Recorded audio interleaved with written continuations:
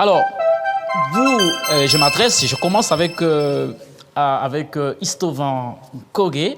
Je rappelle que vous êtes à Paris, c'est ça?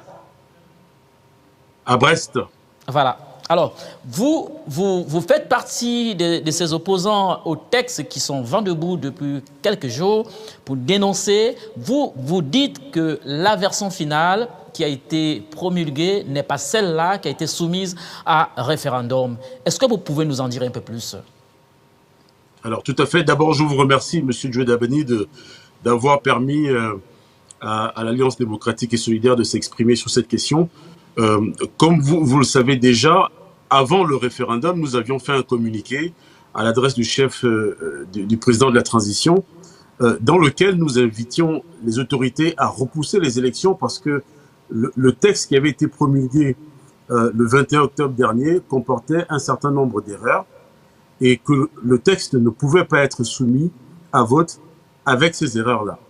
Pour que ça soit parfaitement compréhensible, dites-vous qu'on était dans une situation où on pourrait comparer à un acte de naissance. On vous établit un acte de naissance dans lequel votre date de naissance ne correspond pas, le nom de vos parents ne correspond pas, le lieu de naissance ne correspond pas. Et on vous dit, tenez, c'est votre acte de naissance. C'est pas possible. Donc nous avions demandé que le vote référendaire soit repoussé pour corriger ces erreurs-là, afin que la Constitution qui allait être soumise au vote et celle donc qui allait rentrer en vigueur soit parfaitement conforme. Et donc on n'est pas véritablement, on n'est même pas dans une discussion de fond sur la répartition des pouvoirs et sur l'équilibre des institutions. On est vraiment sur des erreurs de forme, mais qui ont des conséquences graves sur l'équilibre des pouvoirs. Nous n'avions pas été entendus, faisant la sourde d'oreille, les autorités ont soumis le texte tel quel au vote. Le texte du 21 octobre qui était publié au journal officiel. Ça veut dire que ce texte-là, c'est ce texte qui a été voté à plus de 92% par des Gabonais qui ont dit oui à ce texte-là, tel qu'il était.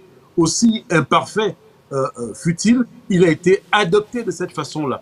Et c'est cette constitution-là qui devait être promulguée, avec ses erreurs. Je suis désolé. À un moment donné, on assume ses responsabilités, y compris ses erreurs.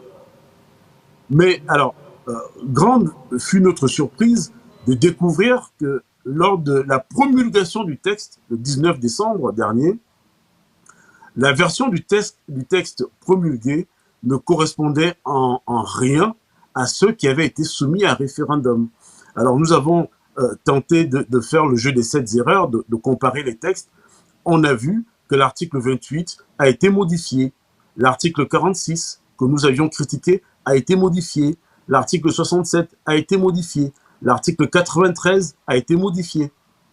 Là, pour reprendre notre exemple, qui est celui de l'acte de naissance, lorsque vous recevez votre acte de naissance et que vous vous rendez compte que l'acte de naissance comporte des erreurs, vous ne passez pas un coup de blanco pour mettre la bonne date de naissance, le nom des bons parents. Vous n'avez pas ce pouvoir-là. Tout comme le président de la République, le ministre de l'Intérieur ou quelque institution que ce soit n'a pas le pouvoir de modifier une constitution qui a été adoptée par voie référendaire. Par le parallélisme des formes, ce qui a été fait par la voie référendaire doit être modifié par la voie référendaire, à minima par le Parlement réuni en congrès. Mais on voit que les modifications n'ont pas été faites de cette manière-là. On se retrouve avec un texte promulgué qui est modifié. Moi, je le dis, c'est objectif.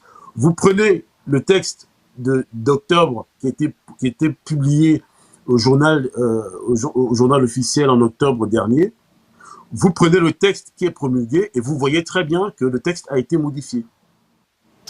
Maître Nkogé, quelles sont les raisons qui pousseraient le gouvernement ou qui a poussé peut-être le gouvernement, après tout ce que vous dites, à modifier une constitution qui a été validée à près de 95%? Alors, je voudrais d'abord revenir sur les propos de M. Ella, qui rappelait d'abord que notre posture n'est pas celle de l'opposition. L'opposition bête et méchante ne sert strictement personne, ni encore moins le Gabon. Je suis juriste et j'ai enseigné le droit constitutionnel pendant plus de 12 ans.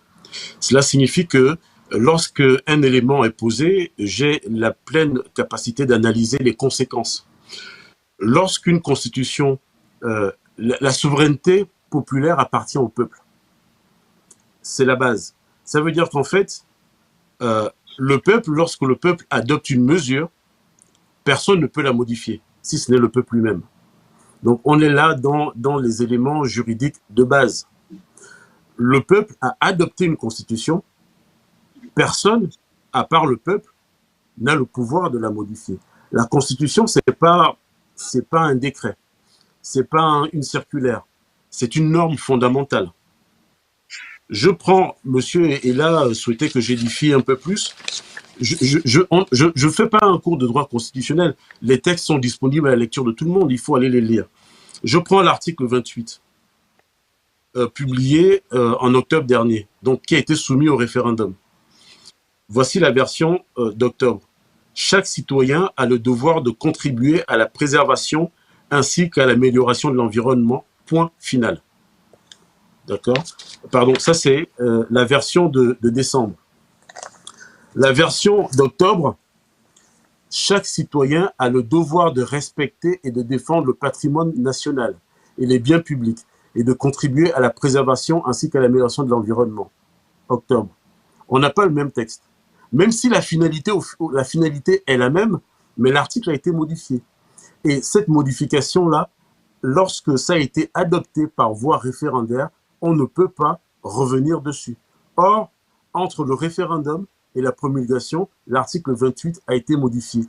Si les institutions ont la possibilité de faire ce genre de choses, je vous imagine quel type d'aisance on peut prendre avec d'autres dispositions. À la manière dont on fait les petites choses, c'est de la même manière dont on fait les grandes choses. Donc c'est un peu inquiétant. Donc on n'est pas dans une posture d'opposition, on est vraiment dans une posture de républicanisme pur. Maintenant, pour répondre à M. Djodélamani qui demande qu'est-ce qui a pu emmener les institutions à procéder de cette façon, j'ai envie de dire, malheureusement, c'est la paresse intellectuelle. Je n'ai pas d'autre explication. Nous avions demandé le report du référendum. Lorsque nous nous sommes opposés à ce texte, nous ne nous sommes pas opposés au texte pour des raisons d'équilibre de pouvoir, de ceci. C'était pas ça, le fond. Le texte était mauvais, c'est-à-dire qu'en fait, on avait un acte de naissance qui avait des fondements qui étaient gravement erronés. Je ne sais plus en quelle langue le dire. Quand on vous remet votre acte de naissance et que le nom de vos parents n'est pas le bon, vous ne pouvez pas vous en contenter. La Constitution avait des erreurs graves. On ne pouvait pas s'en contenter. Et pour pallier à ces erreurs-là, au lieu de convoquer le Parlement en congrès, pour peut-être des raisons de calendrier ou des raisons de paresse intellectuelle, on a simplement passé un coup de blanco et puis on a promulgué tel quel. Mais sauf que ça ne se passe pas comme ça, en fait. Une constitution, c'est pas un texte moindre. La conséquence, alors moi je vais vous dire la conséquence juridique. C'est exactement la même conséquence que lorsque vous avez un faux acte de naissance.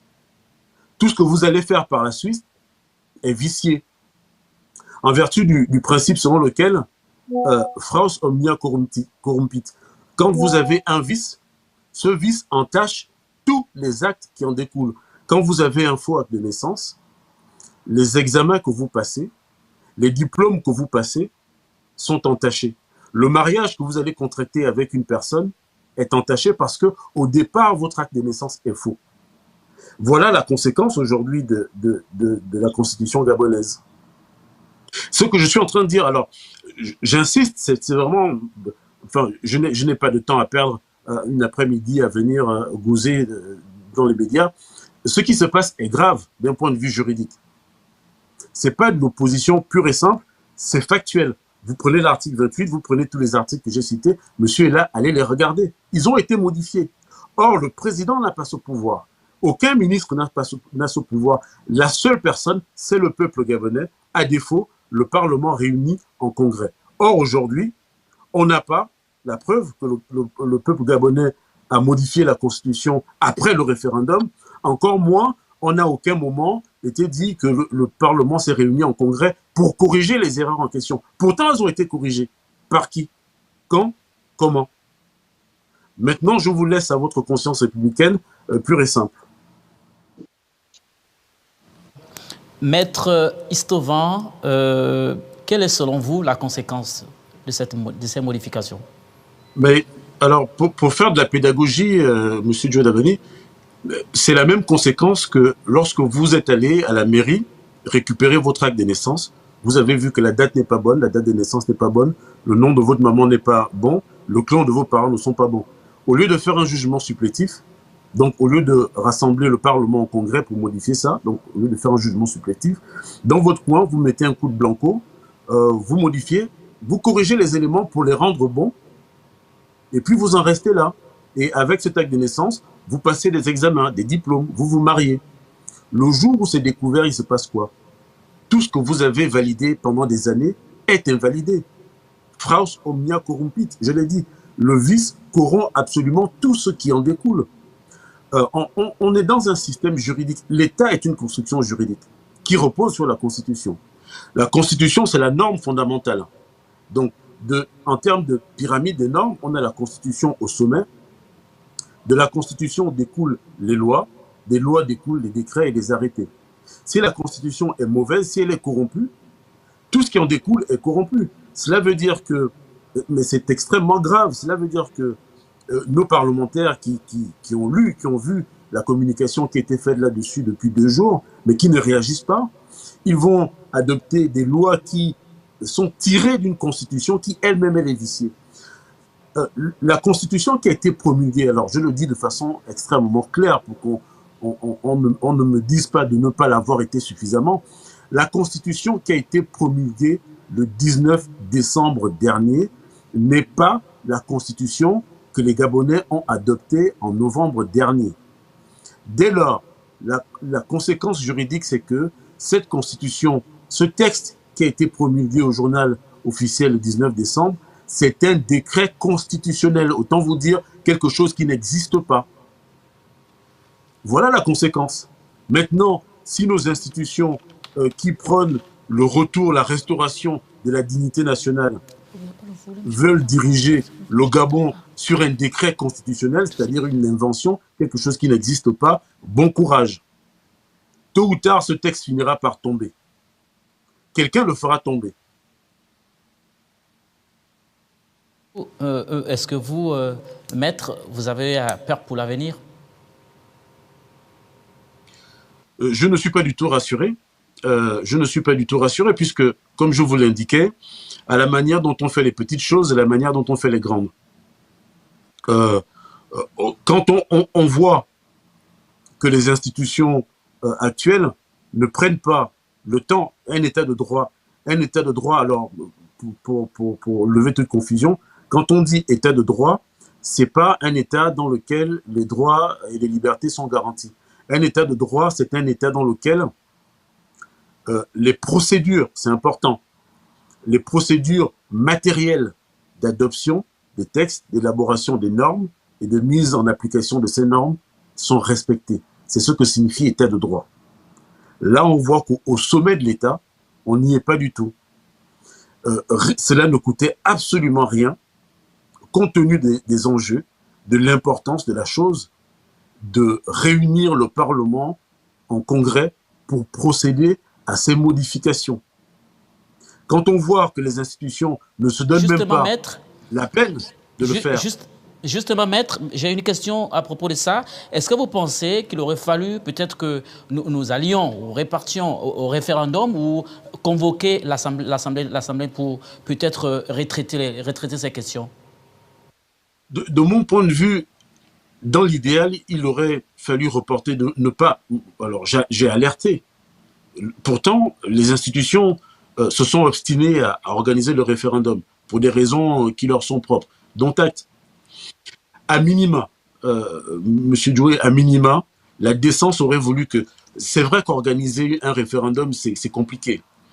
La décence aurait voulu que, par pur respect du principe démocratique et de l'état de droit, les institutions convoquent le Parlement en Congrès. La révision de la Constitution, elle est présente à l'article 54 de la Constitution. Vous avez deux façons de réviser la Constitution. Vous avez le référendum et vous avez le Congrès. Ici, on a une Constitution qui est révisitée, ni par référendum, ni par Congrès, mais par quelqu'un assis tout seul dans son bureau. Et cette Constitution est promulguée par le président de la République. C'est extrêmement grave.